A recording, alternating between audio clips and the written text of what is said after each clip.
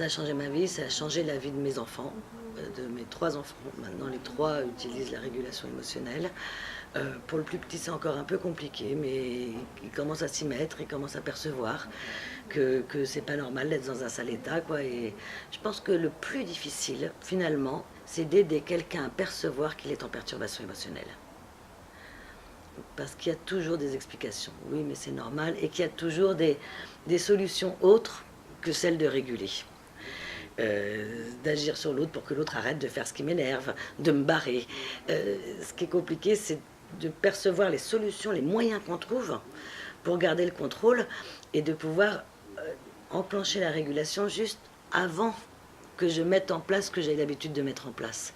Je pense que c'est ça l'enjeu des praticiens pour les 10 prochaines années, c'est vraiment aider les gens à repérer qu'ils sont en perturbation émotionnelle.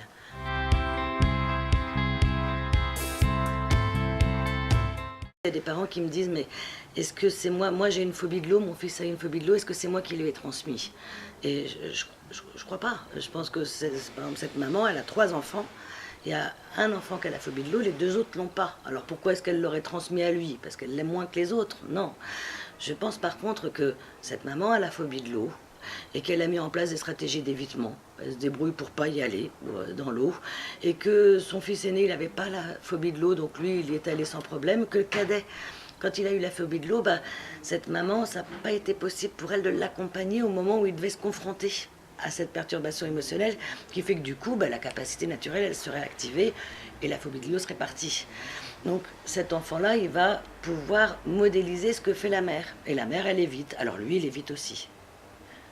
Elle lui a rien transmis du tout. Elle lui a juste appris un moyen de contrôler la situation pour ne pas que la perturbation émotionnelle se déclenche. Et ce moyen pour elle, c'est d'éviter.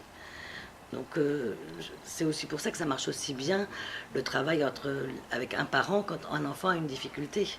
Parce que si finalement le parent n'a plus cette angoisse, cette sensation désagréable quand il se retrouve confronté à de l'eau, quand l'enfant à côté va commencer à paniquer, le parent va pouvoir rester tranquille. Il va savoir qu'il ne fait pas n'importe quoi en obligeant l'enfant à se confronter à sa peur de l'eau. Il sera serein et l'enfant va percevoir cette sérénité. Du coup, il va se passer quoi?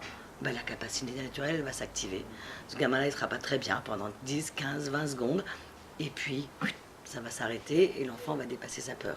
Donc, c'est pour ça que, on va dire dans 80% des cas, si tu désactives une perturbation émotionnelle chez le parent, c'est pas que ça va la désactiver comme par magie chez l'enfant, c'est que ça va redonner la possibilité aux parents d'être dans une position de sécurisation suffisante pour que l'enfant puisse traverser cette situation qui va déclencher la perturbation et la capacité de régulation.